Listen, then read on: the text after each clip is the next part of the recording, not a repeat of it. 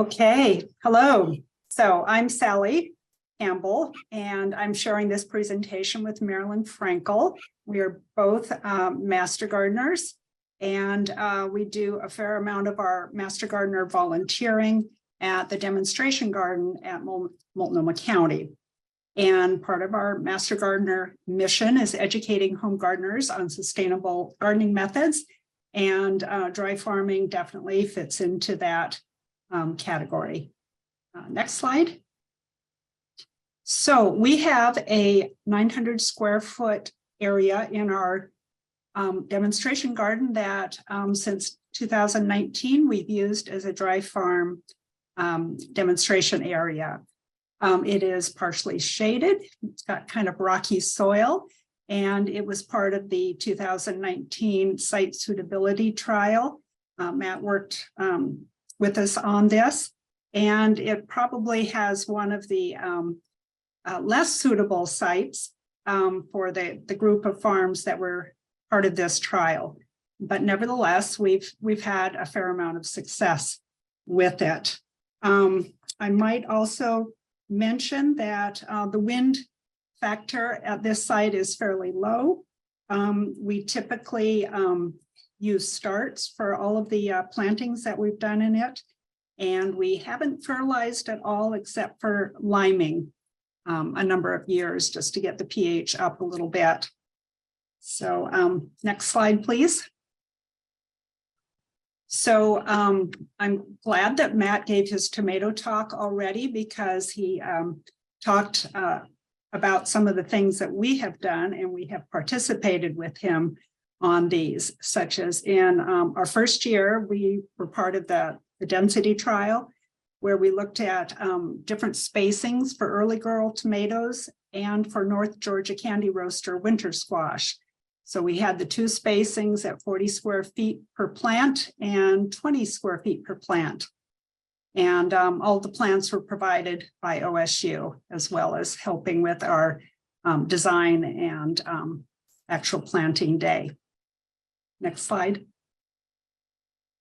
So what we learned in 2019 was indeed plant spacing was significant for both the tomatoes and the winter squash, as far as an amounts of crop that was, or amount of fruit that was produced per plant.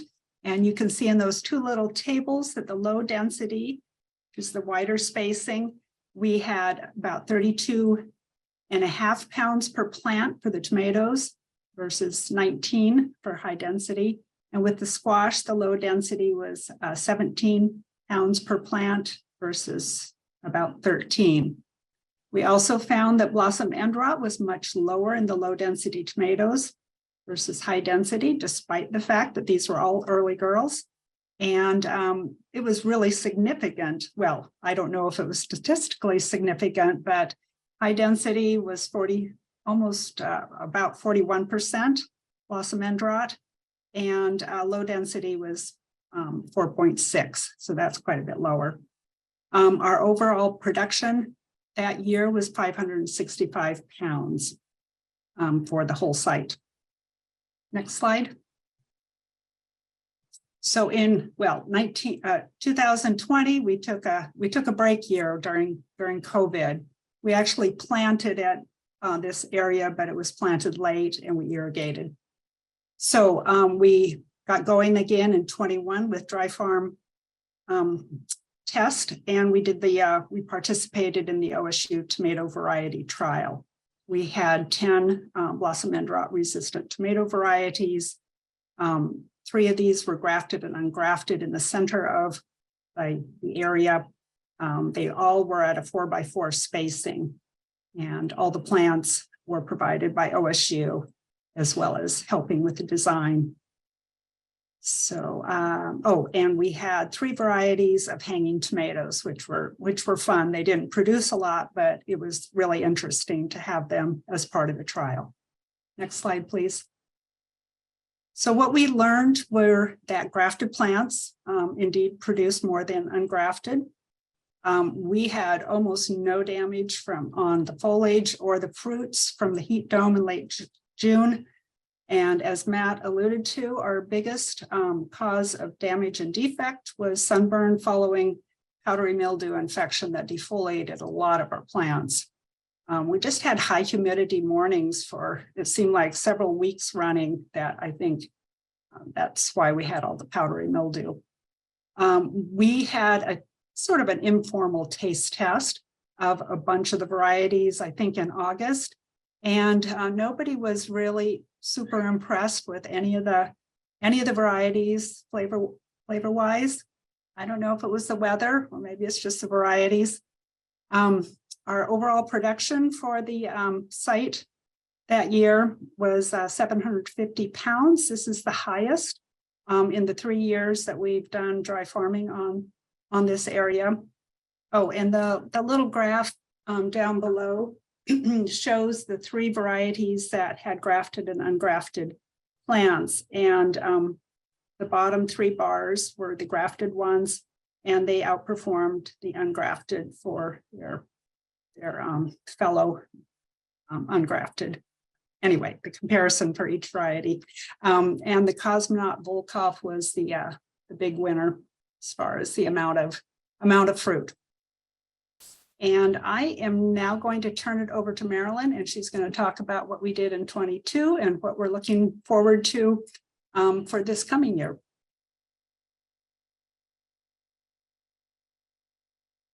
So, can you hear me? Yes. Did he? Yes, we can hear you. Okay, thank you.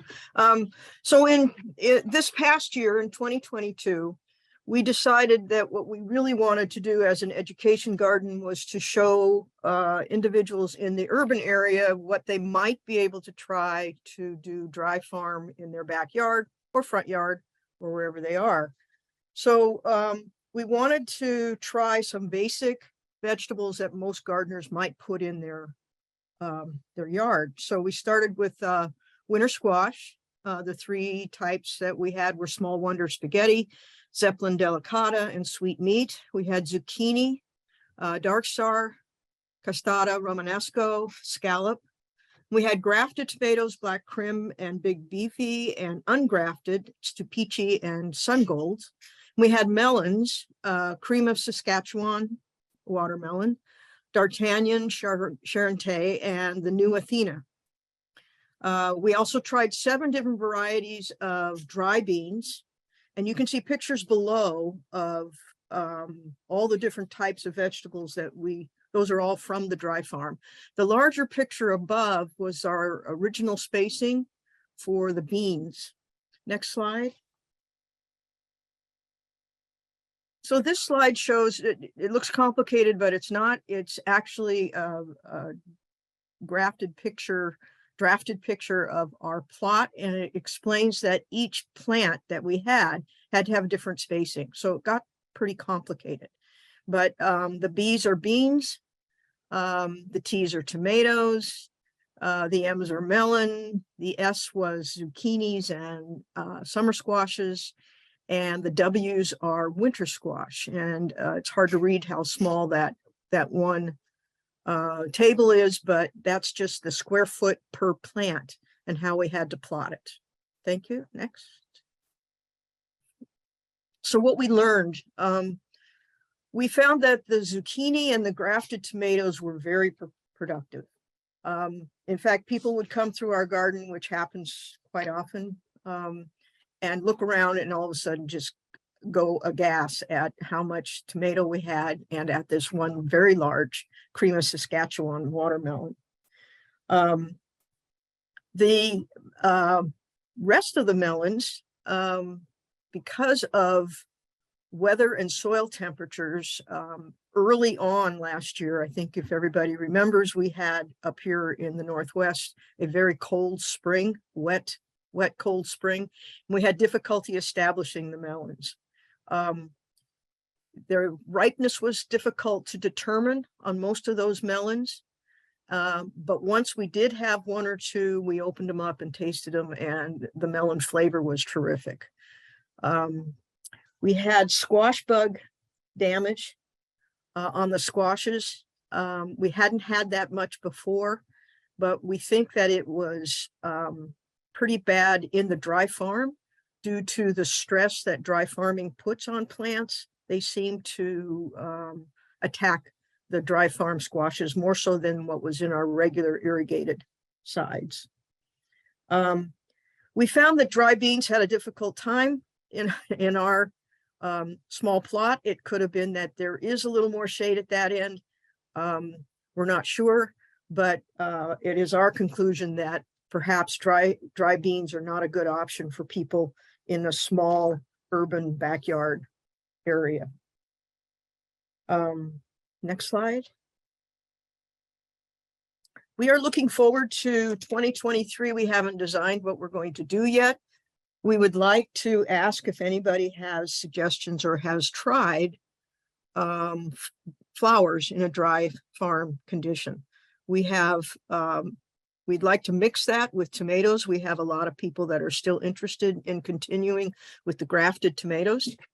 And we're also very interested in being in the OSU melon trial, if at all possible. So if there are suggestions for us about what flowers might be appropriate for a dry farm bed, we would appreciate it. And now I might put Sally back on to see if there's any questions. This last slide is the way you can connect with us. The links are to the Master Gardener program, and we are the county, Multnomah County Master Gardeners, but of course we're attached to Extension as well. Yeah, and I might add, if any of you are in the Portland area and you want to come by and visit the demonstration garden, you can actually come and just walk through. We could take you around, or if you'd like to volunteer for a day or more, we're happy to do that too. We are going to be offering Master Gardener training in Multnomah County, but we're getting a late start due to some funding issues. If you're in Clackamas or Washington County, those trainings are, I think they're started. I don't know if they're still open, but at any rate, we'd love to see you. We'd love to talk dry farm with you. So we have a couple minutes for questions, and the big question that I've seen pop up a couple times is, where is the garden? Oh, it's in Southeast Portland, in the Brentwood Darlington neighborhood. It's oh gosh, Southeast 57th. Marilyn, if we can, do you have that address? We could put it in the chat if anybody wants to. Well, it's a nice plot. It's on the, but the post office has never given us an actual address. So it's between 57th and 60th, 1 block south of Duke, in the southeast area, just below Woodstock. And it is on the property of the Green Thumb, if anybody's familiar with Multnomah. Or you can certainly email Sally or myself, and we'll be glad to give you more direction. Yeah. Another thing I'm seeing a lot of in the chat is a lot of people are suggesting different flowers: dahlias, calendula, bachelor button, cosmos, sunflowers, nasturtiums. So hopefully you'll have time to look through the chat and see if there are any of them that really speak to you. Chris wants to know, what was the planting density for the tomato trials? The variety ones, I think were, sorry, the spacing trial was the 20 square feet per plant and 40 square feet per plant. And the density one, Matt, I think it was 10 square feet. Does that ring a bell? Or 15 per plant? Well, I think it was 4x4, so 16. About 16, yeah. I think that's correct. And I wanted to note really quickly, it is interesting that, you know, your trial did have much lower blossom end rot in the 40 square foot of plant. You said 4.6 compared to 40, and yes. I remember that. Yep. But over the entire study, that was a bit of an anomaly, and most sites actually had slightly lower blossom end rot in the 20 square foot of plant plot. So, oh, interesting. But anyway, But our site is shaded. Mhm. It probably reduces moisture stress Yeah. because of that. It's a blessing and a curse.